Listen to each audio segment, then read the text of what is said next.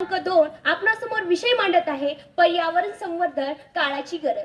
मित्रांनो, पर्यावरण म्हणजे नेमकं काय हो? तर पर्यावरण म्हणजे आपला सभोवतालचा परिसर, ज्यात सर्व सजीव व निर्जीव घटकांचा समावेश होतो। पर्यावरण देव माझा पर्यावरण गुरु आहे। पर्यावरण देव माझा पर्यावरण गुरु आहे। पण पर्यावरणाच्या सेवेसाठी कोण किती तत्पर आहे, हा प्रश्न प्रत्येकाने स्वतःला विचारायला पाहिजे। पण आज कुणी कुणाचं नाही हो, सारं गाव मामाचं आणि एक नाही कामाचं। आपण जर पर्यावरणाकडे दुर्लक्ष केलं तर पर्यावरण देखील आपल्याकडे दुर्लक्ष करून समाजात थैमान निर्माण करतही आहे। मानवाची करणी पर्यावरणात प्रदूषणाची भरणी, मग वायू प्रदूषण, जल प्रदूषण, भूप्रदूषण या सर्वांचा थरथराट माजू लागतो। आणि हा थरथराट एवढा भयंकर असतो की माणूस म्हणतो, मला दमा, मला खोकला, मला कॅन्सर, एवढे सारे रोग मला। आणि नंतर आता बस तुझ्या कर्माचे फळ भोगत। पर्यावरणाचा प्रकोप पाहून माणसाला जाग येते आणि अनेक योजना जन्माला येतात।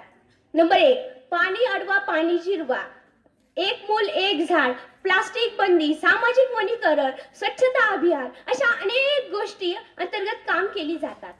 वर्तमानपत्रात बातम्या जातात, 4 कोटी वृक्ष लागवडीचा संकल्प, राज्यात आणि देशात प्लास्टिक बंदी, प्लास्टिक वापरल्यास एवढा दंड। पण मित्र हो, यापैकी किती गोष्टी यशस्वी ठरतात? यासाठी आपण काय करतो? यासाठी फक्त आपलं एकच उत्तर, आम्हाला फक्त पर्यावरणाचा कुटका, योजनांचा नुसता जागोजागी भटका। मित्रांनो, प्लास्टिक बंदी झाली तरीही प्लास्टिकचे उत्पादन चालूच असते।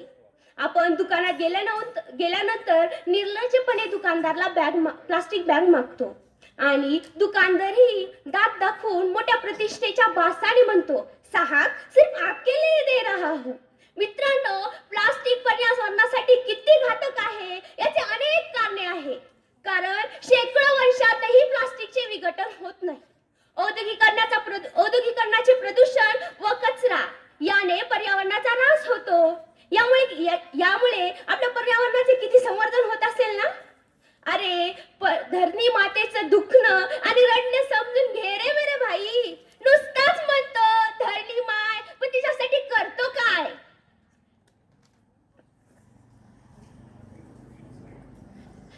मंडळी, पर्यावरण संरक्षण ही सामाजिक जबाबदारी असून तिच्यासाठी आपण झटले पाहिजे।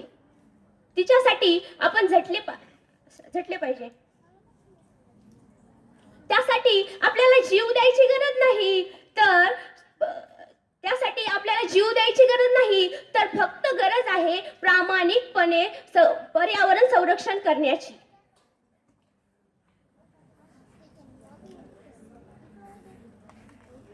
मित्रांनो, पर्यावरण संरक्षण हा आपल्या पूर्वजांकडून आलेला वारसा नसून तो उसना घेतलेला ठेव आहे।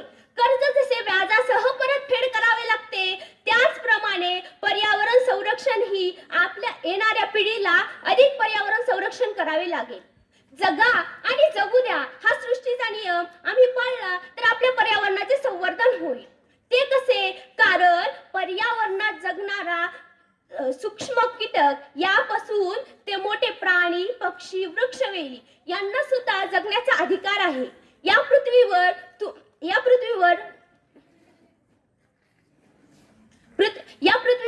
तुम्ही आम्ही जसे शांततापूर्ण सहजीवन जगतो, तुम्हाला आम्हाला जसा शांततापूर्ण जगण्याचा अधिकार आहे, त्याचप्रमाणे या कीटकांना, या सजीवांना सुद्धा आहे। हे आपण समजले पाहिजे। संत तुकाराम महाराजांच्या अभंगातील वृक्षवल्ली आम्हा सोय रे वनचरे, पक्षी हे सुरवरे आळविती या ओळीप्रमाणे आपण पर्यावरणातील पशु, पक्षी, वृक्ष, वेली या सर्वांचे संरक्षण केले पाहिजे व येणाऱ्या पिढीसाठी हे पर्यावरण अधिक आनंददायी होईल अशी मी आशा व्यक्त करते आणि येथे थांबते। जय हिंद, जय भारत, जय पर्यावरण।